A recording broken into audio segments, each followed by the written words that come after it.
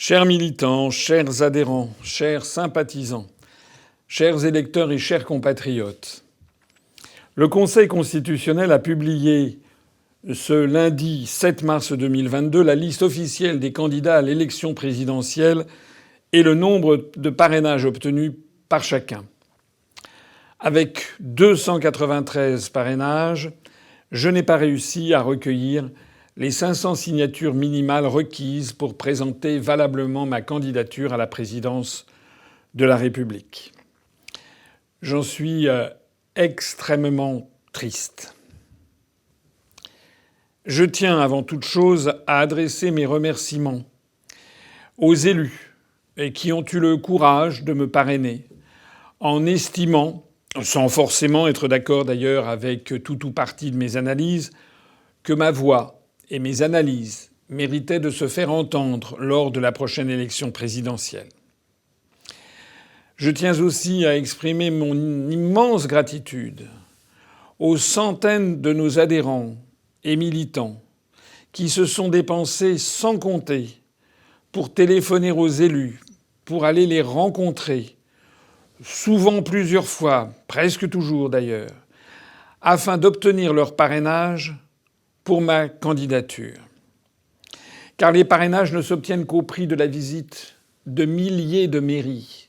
Cela représente des milliers d'heures prises sur les temps libres, sur le temps dû à sa famille, à ses amis, sur tout simplement la vie. Tout ça, ce sont des adhérents et sympathisants qui ont consacré pendant 2 ans la recherche de ces parrainages.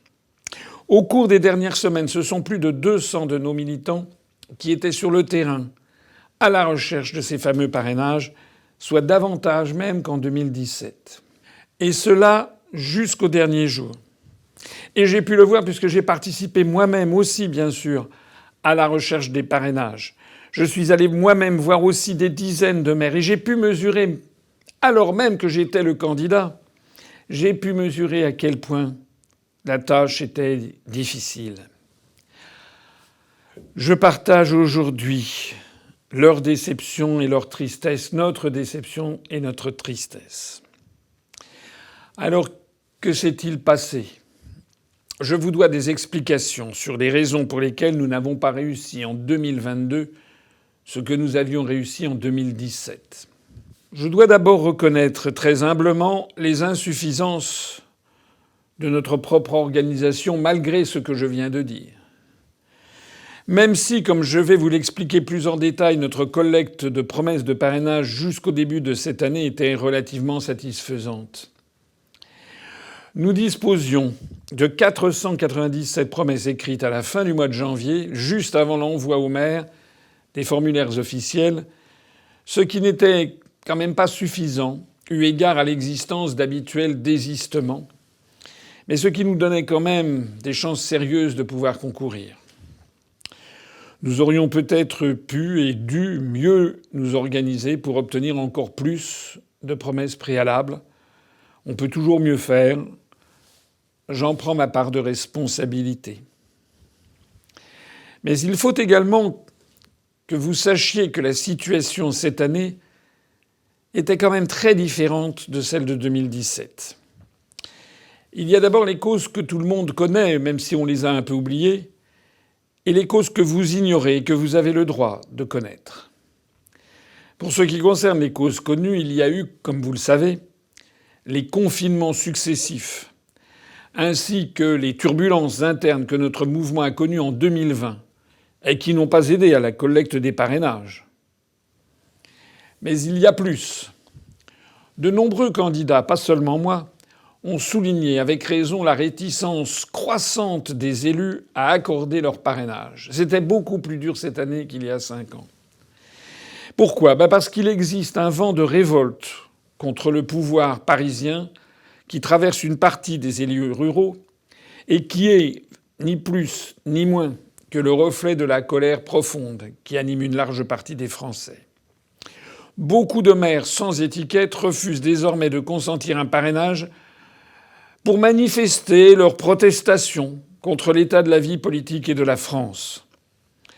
Nous leur avons dit, je leur ai dit personnellement à tous ceux que je rencontrais à quel point je regrettais cette forme de protestation qui apparaît quand même très mal appropriée, puisqu'elle aboutit à favoriser en fait les candidats des grands partis qui sont justement les responsables de la situation que les maires déplorent, les maires des petits villages.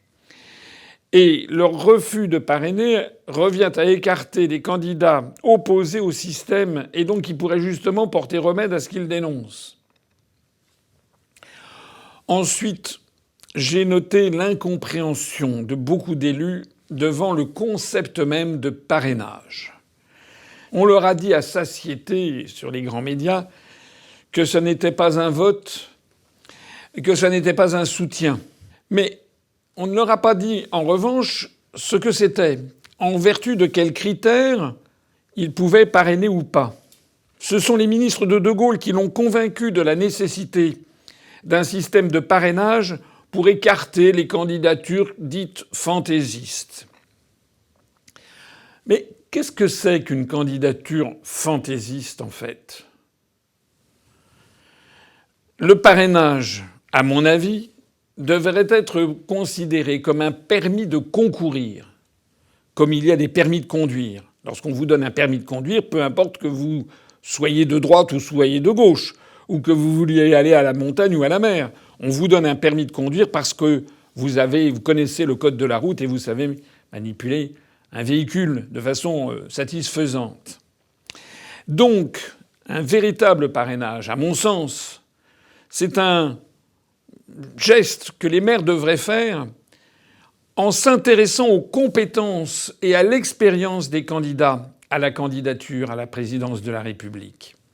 Ils devraient se demander avant chaque parrainage, cette personne est-elle en capacité de dialoguer sérieusement avec les grands de ce monde, avec Joe Biden, avec Poutine, avec Xi Jinping. Force est de constater qu'aujourd'hui, des candidats qui n'ont à l'évidence pas cette envergure, je ne donnerai pas de nom, vous les avez tous à l'esprit, obtiennent des parrainages sans difficulté, simplement parce qu'ils sont les candidats investis par un grand parti politique, ou bien parce qu'ils sont des candidats qui ont une personnalité ou qui défendent une cause qu'il ne paraît pas trop gênant de promouvoir. Enfin et surtout, des pressions considérables ont été exercées par des barons régionaux, des féodaux, pour dissuader les maires de petites communes de parrainer un candidat jugé indésirable. Combien de maires nous l'ont dit ? Combien de maires nous ont parlé de ces pressions en citant le président du conseil régional, le président du conseil départemental, le président de la Comcom ? Ces pressions, bien sûr, sont favorisées par la certitude qu'ont les maires que leur nom sera connu par ces féodaux dans le cas où ils parraineraient. Cette année, les élus ont bien compris que l'ensemble des noms allait être publié, ce qu'ils n'avaient pas encore forcément bien compris avant l'élection de 2017, qui avait été la première à adopter les nouvelles dispositions voulues par le gouvernement de Manuel Valls. L'existence de ces pressions nous a été relatée par de très nombreux maires, ce qui démontre que ces pratiques se sont généralisées. Ainsi, tout le monde a pu observer cette année que le système des parrainages s'est nécrosé. Ou plutôt qu'il a été sciemment dévoyé par les grands partis politiques et que ce système ne permet plus à des candidats représentatifs de courants d'opinion pourtant très significatifs d'obtenir seuls le parrainage. D'ailleurs, si l'on compare le nombre de personnes disposant du pouvoir de parrainage, qui sont de l'ordre de 42 000. En 2017, il y avait eu 14 296 parrainages. En 2022, il n'y en a plus que 13 427. C'est-à-dire qu'il y en a eu 869 de moins, c'est-à-dire une baisse de 6,1%. Alors que déjà en 2017, il y avait une baisse. D'année en année, le nombre de personnes qui parrainent diminue. En plus, cette année, il y a eu une cerise sur le gâteau, passez-moi l'expression. Tel le pompier pyromane, le système qui a rendu impossible la collecte des parrainages, avec ce système notamment de publicité des noms, a désormais prétendu apporter lui-même une solution. C'est ainsi que pour la première fois, on a vu un membre en exercice de l'exécutif, M. Bayrou en l'occurrence, haut commissaire au plan de son État, c'est-à-dire l'équivalent de ministre, payé par les contribuables pour remplir ses fonctions, qui s'est octroyé comme ça, tout seul, comme un grand, le droit de rassembler des parrainages. Bien entendu, l'idée qui a été avancée, c'est comme ce système ne marche pas bien, eh bien je vais être le chevalier blanc et je vais apporter des parrainages aux plus grands qui en ont besoin. Ça revient quand même à dire que le système est complètement caduc. Et ça revient à poser le problème du choix des candidats à qui M. Bayrou a décidé d'apporter ses parrainages. Ainsi, on a vu M. Bayrou annoncer qu'il avait décidé de repêcher Mme Le Pen, M. Zemmour et M. Mélenchon. De fait, la collecte des parrainages de ces trois personnalités a connu un point d'inflexion favorable, très important, à partir de la publication du jeudi 24 février. Cette date d'inflexion correspond à celle de la mise en œuvre par M. Bayrou du dispositif qu'il avait annoncé plusieurs semaines auparavant, avec des élus détenteurs eux-mêmes du pouvoir de parrainage, auxquels des consignes précises ont été manifestement données.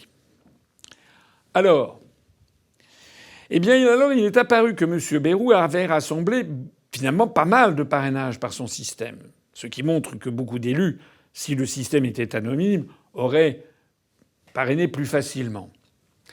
M. Bayrou a annoncé qu'il en avait recueilli 200, 250, 300, 350, 400, 500. On ne sait plus combien il en a recueilli, mais il en a reconnu de façon significative pour qu'il puisse qualifier les opposants de M. Macron.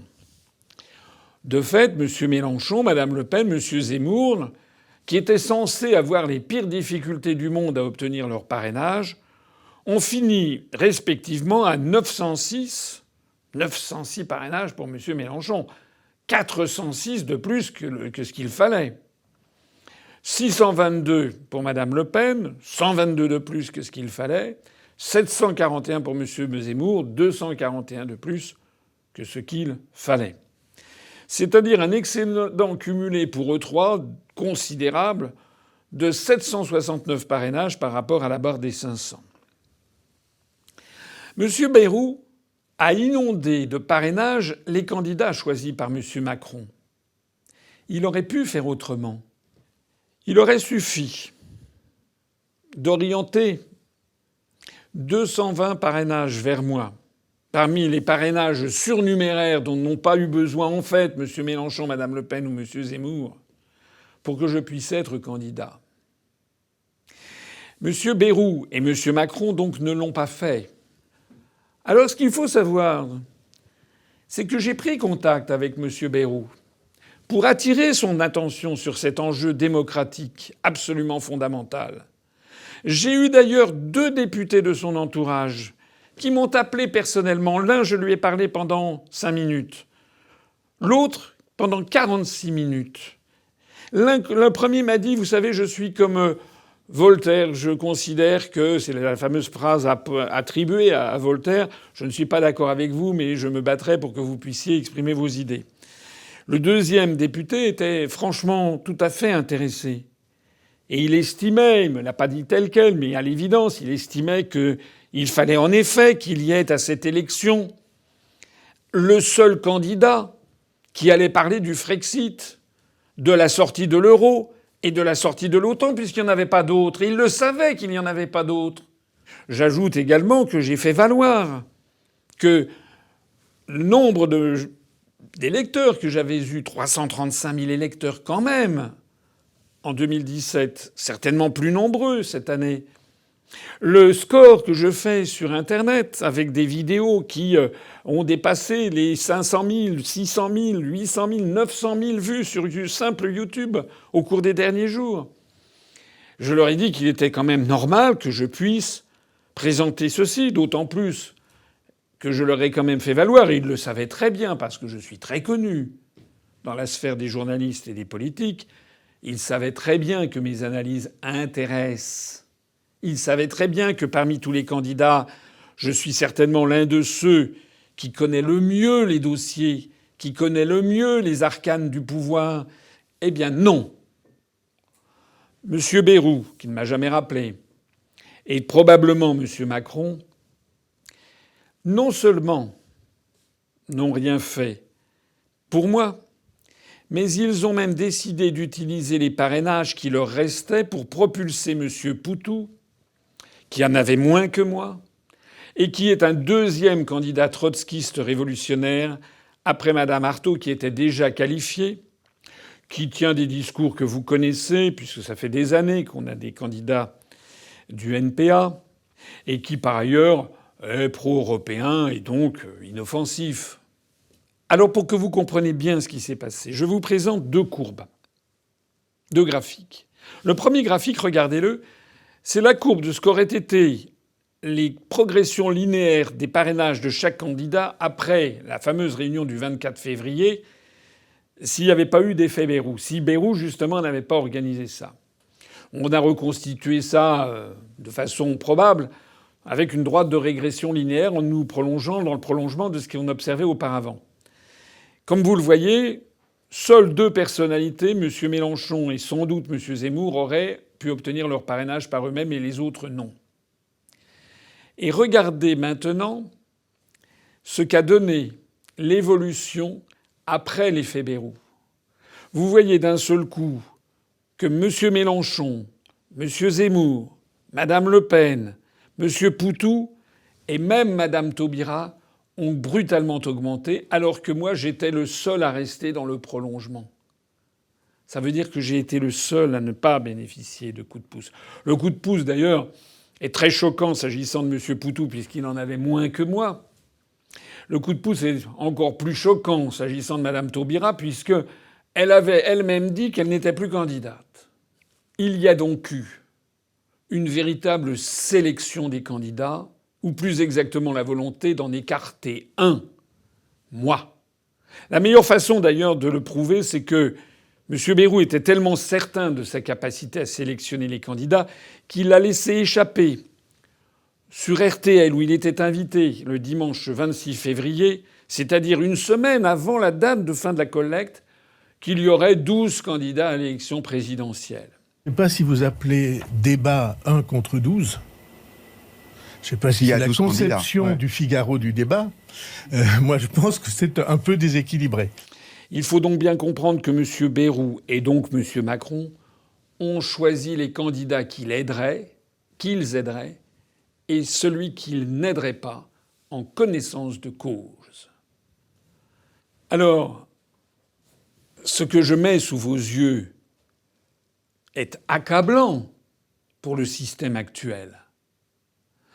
Le système actuel est fait en sorte qu'il y ait suffisamment peu de maires courageux pour parrainer des petits candidats, comme on dit, et qu'un proche du pouvoir s'est arrogé le pouvoir d'en collecter par lui-même pour en donner à ceux qu'il veut.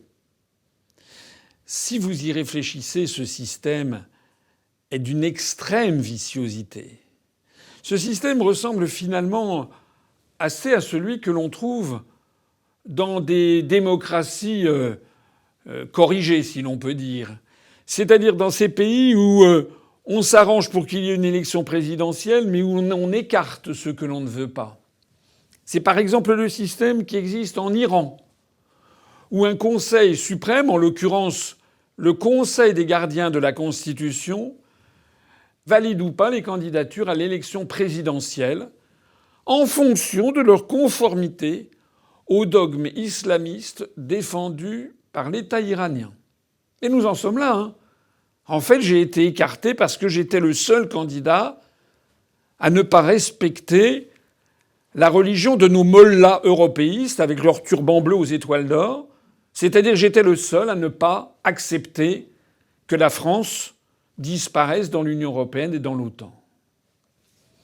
Il n'y a pas qu'en Iran, hein. De la même façon, la commission électorale russe avait interdit en 2018 la candidature à la présidence de la Fédération de Russie du célèbre opposant Navalny, alors là, les grands médias français en ont fait un scandale pendant des semaines. En réalité, l'élection présidentielle française maintenant est calculée très finement pour donner une impression de démocratie et écarter impitoyablement celui dont on ne veut pas. En fait, l'élection présidentielle française s'est retournée contre elle-même. De Gaulle l'avait conçue comme un moyen de court-circuiter les grands partis d'élus et de permettre, le cas échéant, à une personnalité nouvelle, en cas de grand malheur pour la patrie, une personnalité qui serait extérieure aux compromissions partisanes, qui permettrait de prendre les rênes de la France. Maintenant, l'élection présidentielle est totalement passée sous la coupe des partis d'élus, comme l'ont démontré l'initiative Bayrou ou bien les montagnes burlesques de parrainage recueillies par Madame Pécresse, qui en a plus de 2300 ou 2400, sans compter les parrainages qui sont par centaines, qu'elle a dépassé elle aussi les 1800, je crois, pour Madame Hidalgo. L'élection a été en quelque sorte privatisée. Je ne peux pas évoquer le trucage de la campagne présidentielle sans évoquer aussi le rôle honteux, scandaleux, joué par les grands médias. Dans une démocratie normale, il faudrait que la liste des candidats soit arrêtée plusieurs mois à l'avance, et que la loi impose aux médias l'objectif que les électeurs aient une vision correcte de tous les programmes, de tous les candidats, de façon loyale, que tous les électeurs aient une bonne vision de l'ensemble de l'offre politique qui est la leur. Et que cette compétition loyale permette à la population un choix éclairé et librement consenti. Mais c'est pas du tout comme ça que ça se passe en France. En France, on a fait débattre pendant des mois des prétendus candidats qui, en définitive, ne l'ont pas été. Je vais quand même essayer de vous rappeler que l'on a fait débattre, on a vu par exemple M. Montebourg. Pendant que M. Montebourg, qui ne cherchait pas les parrainages, avait 4% du temps de parole, nous qui cherchions vraiment les parrainages, nous avons eu 0,06% du temps de parole sur cette période. J'ai eu 62 fois moins de temps que M. Montebourg, et pour ne parler que de lui. Le processus des primaires organisé par certains partis politiques a contribué à pervertir complètement le système, puisque les médias ont fait débattre également pendant des semaines interminables les candidats aux primaires de EELV et des Républicains. Le résultat, c'est que les perdants de ces primaires ont eu un espace médiatique colossal pour présenter des programmes politiques qui, de toute façon, ne seront pas appliqués puisqu'ils ne sont même pas candidats. Je pense, par exemple, au temps de parole qui a été accordé à M. Xavier Bertrand, qui est passé 2 fois au TF1 20h, à M. Michel Barnier, M. Denis Père, M. Juvin, M. Ciotti, mais également à Mme Rousseau, à M. Piolle. Toutes ces personnes qui ont occupé l'espace médiatique alors qu'ils ne sont pas candidats, quand d'autres qui cherchaient leur parrainage. Il n'y a pas que moi. Mme Arthaud, nous savions que Mme Arthaud, avec ses militants, était sur le terrain pour les chercher. Nous savions également que M. Lassalle cherchait les parrainages. Toutes ces personnalités étaient écartées. Et puis par ailleurs, on a vu que les médias se sont attribués la faculté purement et simplement de choisir un ou quelques candidats. L'opération de manipulation extraordinaire qui a été lancée dès l'été dernier, bien en amont de l'élection, pour fabriquer la candidature Zemmour, qui ne s'était jamais présentée au moindre scrutin, et pour la propulser médiatiquement dans des proportions inouïes, comparables en fait à la rampe de lancement extraordinaire dont Macron avait bénéficié 5 ans plus tôt. Tout le monde a ça à l'esprit.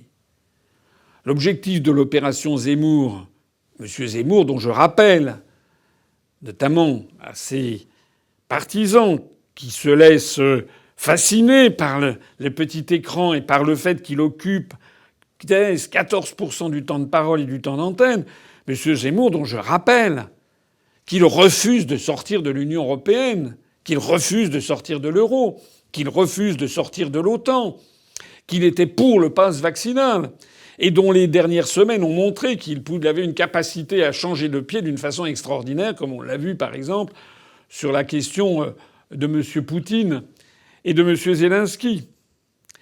Eh bien, M. Zemmour a des chances de passer au second tour.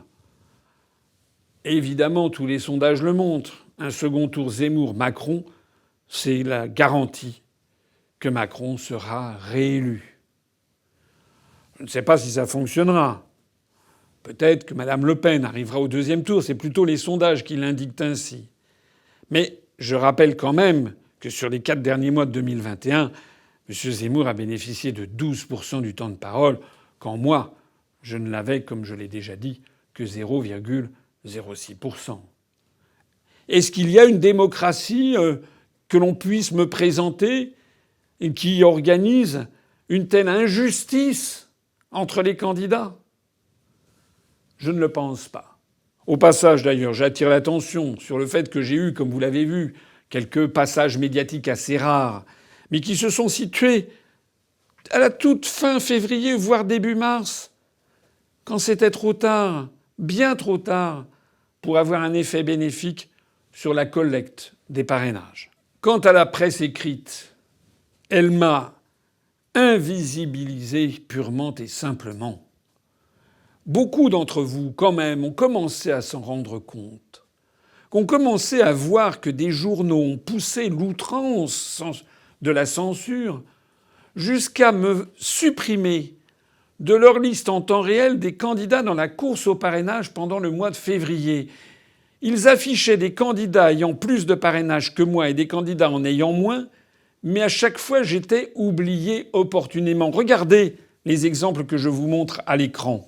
Bien entendu, l'objectif, c'est que pour tous les élus locaux qui regardent LCI ou qui regardent telle ou telle chaîne de télévision, voire qui lisent Le Figaro, quand ils regardent qui a ses parrainages, s'ils ne vont pas voir ce qui est sorti du Conseil constitutionnel, ils se disent Monsieur Asselineau est hors jeu, il n'en a pas. Les manipulations des médias vont d'ailleurs de pair avec celles des instituts de sondage, qui choisissent sans aucun contrôle démocratique la liste des candidats qu'ils testent, comme on dit, pendant la pré-campagne.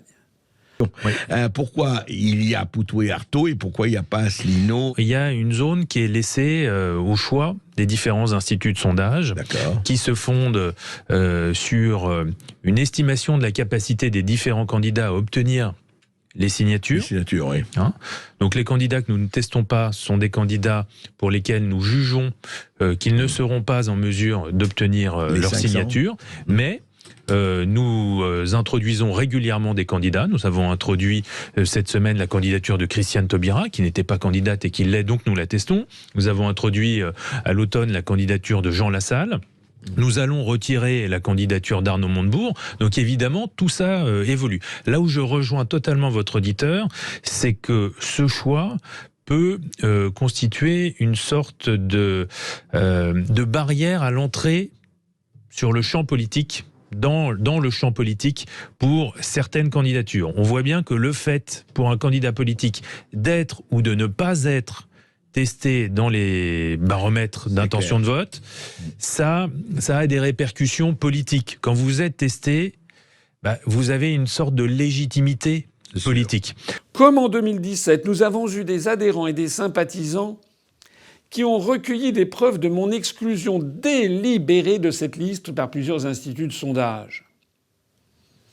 Vous en voyez d'ailleurs des exemples s'afficher à l'écran. Qu'est-ce qu'ils ont constaté? Ils recevaient un appel téléphonique de quelqu'un travaillant pour tel ou tel institut de sondage et qui demandait en 2017, pour qui avez-vous voté? Il répondait j'ai voté Asselineau.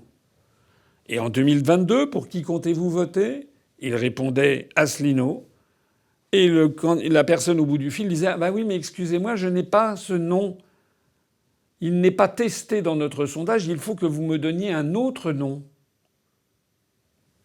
Est-ce que vous vous rendez compte de la manipulation?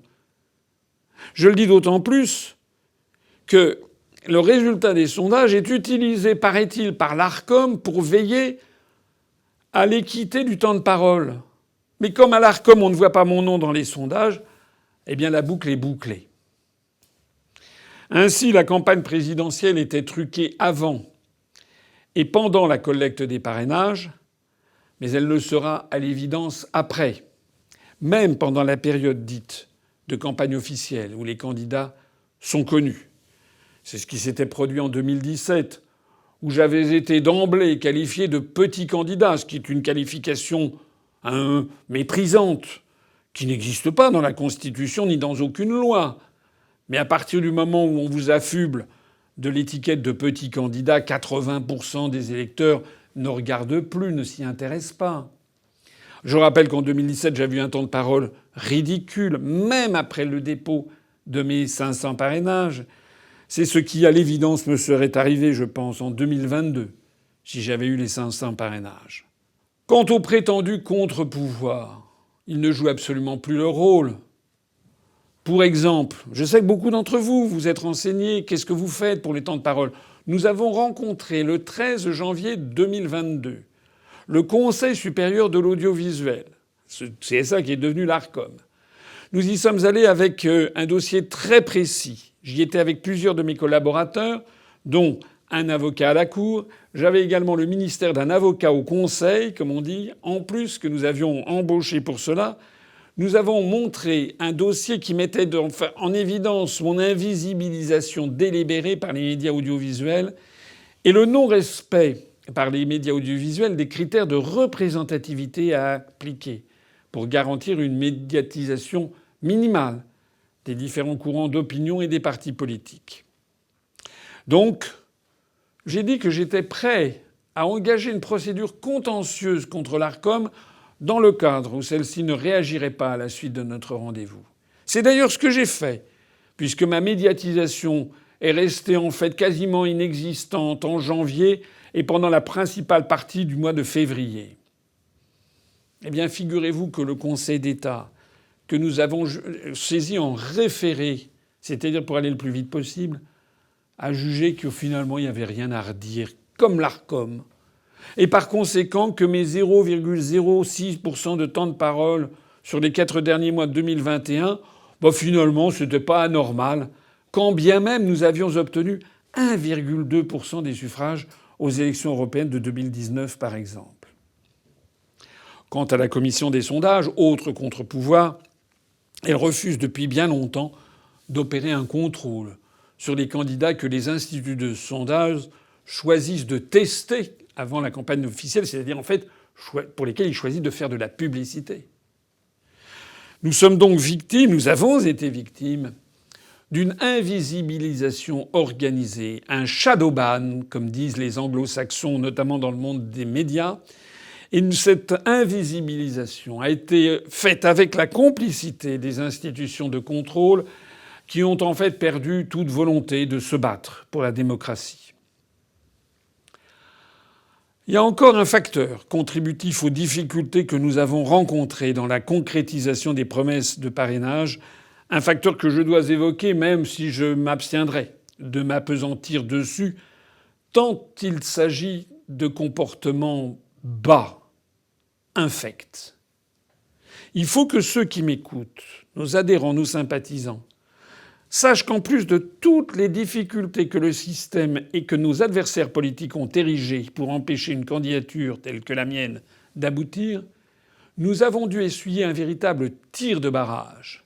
On peut même parler de sabotage de la part d'officines et de personnalités issues du milieu dit souverainiste. Par exemple, des dizaines de milliers de courriers anonymes envoyés aux maires par des corbeaux ont été envoyés à travers toute la France et même outre-mer au début de la collecte des parrainages fin janvier 2022. Des lettres pour me calomnier, me traîner dans la boue, pour prétendre que j'aurais retiré ma candidature. Par des indiscrétions, j'ai appris que ce tir de barrage a coûté la bagatelle de 27 000 € et qu'il émanerait directement de personnalités appartenant au milieu souverainiste, avec la complicité d'anciens putschistes de l'UPR. De nombreux appels téléphoniques ont également été donnés à des mairies et à des maires par les équipes de plusieurs autres personnalités politiques souverainistes, dont certaines n'étaient même pas candidates ou sérieusement en mesure d'avoir leur parrainage. Pour être parfaitement transparent, il me faut vous dire que ces manœuvres nous ont coûté une bonne centaine de parrainages. À mon avis, l'heure est trop grave pour des règlements de compte. Je n'en dirai donc pas plus pour l'instant. Mais il sera intéressant qu'un jour les adhérents et les sympathisants de l'UPR et des mouvements souverainistes au sens large puissent savoir qui sont ceux, parmi tous ceux qui prêchent l'union des souverainistes sans jamais accepter de la réaliser, quels sont ceux qui ont préféré me tirer dans le dos, qui ont préféré s'ingénier à empêcher ma candidature, quitte à risquer l'absence d'un candidat proposant la sortie de l'UE, de l'euro et de l'OTAN. Ce qui est le cas. Certaines personnalités se sont, à mon sens, disqualifiées du camp des partisans sincères de la souveraineté et de l'indépendance nationale, alors même que je leur avais précisément tendu la main dans des discussions confidentielles pour tenter de construire une dynamique commune, comme par exemple le 31 janvier 2020, lorsque j'avais organisé une réunion où avaient participé beaucoup de personnalités politiques venant d'un peu tous les horizons pour fêter le Brexit.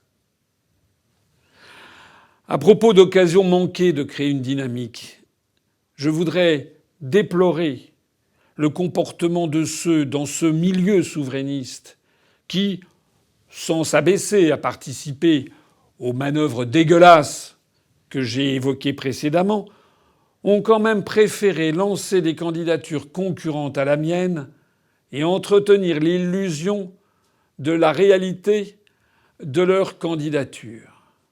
Et cela alors même que nous savions qu'ils ne cherchaient pas les parrainages ou qu'ils n'auraient pas de chance sérieuse de les obtenir.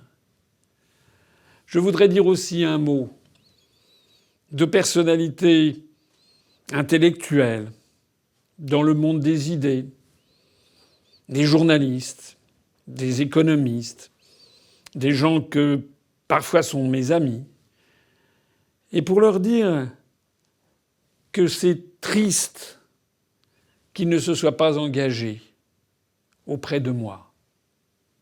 Je pense à des gens comme Pierre Lévy, Annie Lacroix, Emmanuel Todd, Michel Onfray, Natacha Polony, Gilles Casanova, Henri Guénaud, Pierre-Yves Rougeron, etc., etc.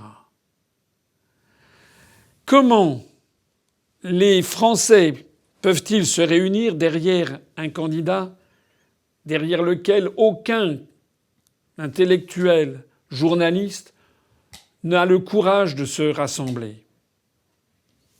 Bien sûr, je peux comprendre ceux qui me disent et qui m'assurent depuis des années que j'ai un charisme d'huître, que je suis un vieux schnock, qu'il faut que je cède la place. Le problème, c'est que ceux qui sont partis ou ceux qui ont fait chemin de leur côté ne sont parvenus à rien du tout. Il se trouve que si je regarde Internet, je suis parmi les vrais souverainistes, je veux dire ceux qui veulent vraiment sortir de l'Union européenne, de l'euro et de l'OTAN. Je suis, et de très très très très loin, celui qui fait les meilleurs scores sur Internet et celui qui est capable de rassembler autour de lui des gens venus de droite, du centre et de gauche. Certains peuvent dire qu'il y avait un meilleur candidat ailleurs. Mais qui a rassemblé ailleurs? Je déplore que toutes ces personnalités aient donc manqué cette occasion historique de tenter de changer les choses en 2022, tant qu'il en est encore temps. Je le déplore d'autant plus qu'ils savent, ils sont les premiers à dire que la situation est gravissime. Ils sont maintenant, pour certains d'entre eux, les premiers à dire qu'il faudrait avoir un parti politique au-dessus du clivage droite-gauche qui propose la sortie de l'Union européenne, qui propose d'avoir un nouveau Conseil national de la résistance. Mais pourquoi font-ils silence sur l'UPR que j'ai créé depuis 15 ans? Alors, résumons-nous. Au-delà de la réticence croissante des maires à parrainer, j'ai été blacklisté des médias, blacklisté des sondages, interdit par Bayrou et par Macron, déstabilisé par des manœuvres de corbeaux émanant de notre propre camp souverainiste et non suivi par ceux qui auraient pu apporter leur notoriété à ma candidature. Ça fait beaucoup. Au bout du compte, quel est le résultat de tout ça ? C'est qu'il y a 12 candidats. Et parmi ces 12 candidats, il n'y en a pas un seul qui propose la sortie de l'Union européenne, de l'euro et de l'OTAN, alors que ce sont les sujets les plus stratégiques, les plus dignes d'être traités lors d'une élection présidentielle, les plus indispensables même, alors même qu'ils apparaissent aussi comme les sujets les plus urgents à la lumière des récents événements. Alors il me faut conclure. Une fois qu'on a dit ça, qu'est-ce que l'on peut faire ? Dans cette ambiance triste pour nous, mais aussi pour la France, qui est dans une situation plus que tragique, il y a quelques motifs d'espoir. Beaucoup de Français ont compris qu'il n'y aura en fait pas de campagne électorale, surtout avec l'affaire ukrainienne qui clôture le débat. Les vrais débats sont et vont être escamotés. Les candidats qui ont été sélectionnés, pour la plupart d'entre eux, à mon avis, ne sont pas au niveau. C'était d'ailleurs M. Xavier Bertrand, dans un rare moment de lucidité, qui l'avait avoué. Il y a un véritable problème de niveau des candidats qui inquiète les Français. Et je vous avoue que je note avec beaucoup de satisfaction, et mes proches collaborateurs avec moi, l'augmentation spectaculaire de la fréquentation de nos supports Internet. Notamment ma vidéo sur l'Ukraine et l'OTAN est en passe d'atteindre le 1 million de vues sur YouTube. Nous avons en 10 jours réalisé une vidéo qui a plus eu de vues sur YouTube qu'aucune vidéo depuis 15 ans que j'ai créé l'UPR. Le record précédent datait de 9 ans. Et tout ça en moins de 11 jours. Ma réaction à l'intervention de Macron sur l'Ukraine en est à déjà plus de 650 000 vues en 5 jours. Notre chaîne UPR TV a atteint et dépassé les 250 000 abonnés. On en est, je crois, ce soir à 251 000. Et les commentaires sous les vidéos sont très positifs et extrêmement nombreux. Les Français sont en recherche d'analyses nouvelles et éclairantes sur la situation géopolitique actuelle dangereuse qui va entraîner des conséquences extrêmement néfastes et rapides sur leur niveau de vie. Alors qu'est-ce que je vais faire dans l'immédiat ? Dans l'immédiat, je vais continuer, pendant cette campagne présidentielle, à faire campagne, une espèce de candidat virtuel, c'est-à-dire à apporter ma vision des choses, mes analyses, à alerter les Français sur les manipulations qu'ils subissent. J'en profiterai aussi pour démasquer les programmes de tel ou tel candidat en montrant en quoi c'est impossible. Je verrai de loin les débats, si débat il y a, puisque Macron, semble-t-il, a décidé qu'il ne se présentait pas au premier tour, mais seulement au second. J'essaierai de porter ma pierre à l'édifice en participant a posteriori à tel ou tel débat, en disant voilà ce que j'aurais dit moi. Je serai donc le candidat interdit. Interdit par Macron et par le système. Et puis, je serai comme tout le monde, je regarderai ce que présentent les candidats, leur programme, et puis éventuellement, je prendrai position avant le premier tour, peut-être plus sûrement entre les deux tours. Et puis il y a une autre question qui se pose. Quel est notre horizon pour l'après-présidentiel ?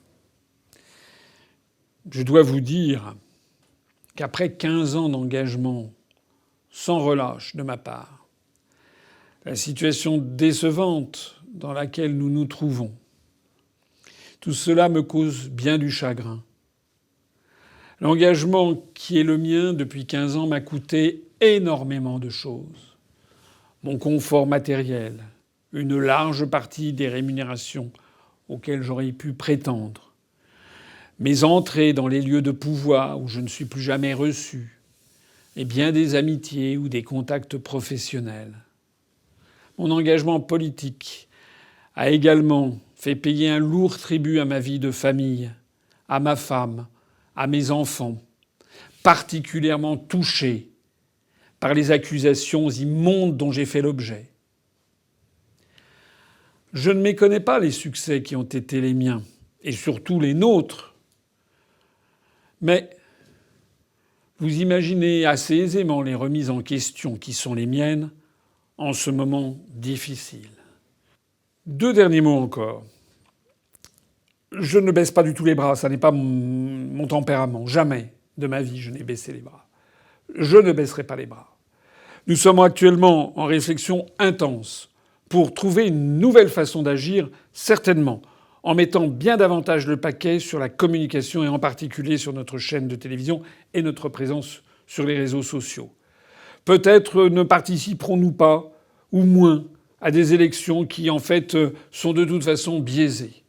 On va certainement, en tout cas, accélérer la structuration de notre réseau, qui a déjà considérablement progressé ces derniers mois grâce au lancement de Génération A, grâce à la nomination de nouveaux responsables départementaux.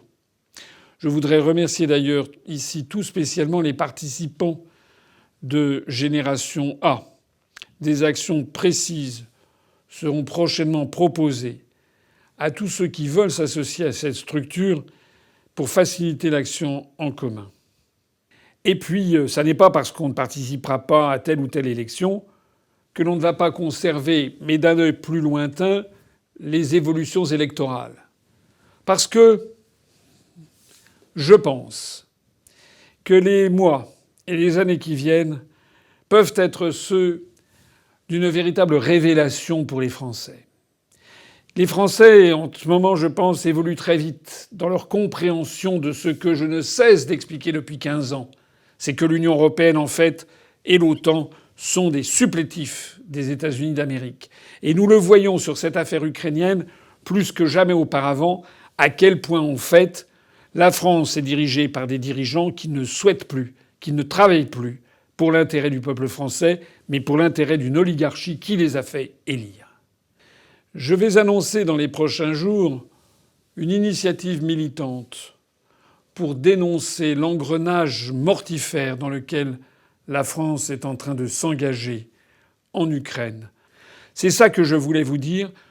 Moins que jamais, nous n'allons ralentir le rythme. Au contraire, nous serons très présents et peut-être dégagés de ces contraintes électorales qui ont pu, ici ou là, ralentir notre progression. Et puis le tout dernier point que je dirais, c'est que je ne voudrais pas que dans le monde entier, on continue à penser que la France, c'est le pays des droits de l'homme et de la démocratie, parce que c'est faux. Et donc cette vidéo que je viens de vous présenter, nous allons la faire sous-titrer en anglais. Et nous allons la faire circuler au maximum pour que de Moscou à New York, de Mexico à New Delhi, de Pékin à Sydney, de Brasilia à Tokyo, du Caire à Johannesburg, de plus en plus d'internautes découvrent comment, en France, les élections, à commencer par la principale d'entre elles, comment les élections sont truquées comme dans une république bananière. À cette occasion, je suis obligé de parler de ce qui n'est pas toujours très agréable, mais qui est indispensable, le nerf de la guerre, c'est-à-dire l'argent. Voilà. Vous avez vu que nous avions lancé une cagnotte avec une ambition de collecter 3 millions d'euros pour la présidentielle et les législatives, puisqu'il n'y a pas de présidentielle, nous avons moins d'ambition, Mais nous n'avions quand même collecté que 450 000 euros, ce qui était peu pour entretenir la structure. Donc, si nous voulons avoir les projets que je vous ai fait entrevoir à l'instant, il nous faut absolument renforcer notre collecte de dons. Je me permets d'insister donc sur le fait que nous avons absolument besoin, mais absolument besoin, que vous participiez à une collecte généreuse. Je rappelle que vos dons bénéficient de 2/3 de défalcation de l'impôt sur le revenu. Aidez-nous à promouvoir ces nouveaux projets que nous avons, qui normalement devraient nous faire passer une vitesse supérieure dans le domaine médiatique et sur les réseaux sociaux. Mais pour ça, il nous faut vraiment de l'argent et je compte sur vous. Cela ne doit pas nous empêcher de nous battre pour ce que nous devons avoir de plus cher, la défense de notre patrie, ce qui est le creuset même de notre identité et de notre solidarité nationale. Vive la République et vive la France.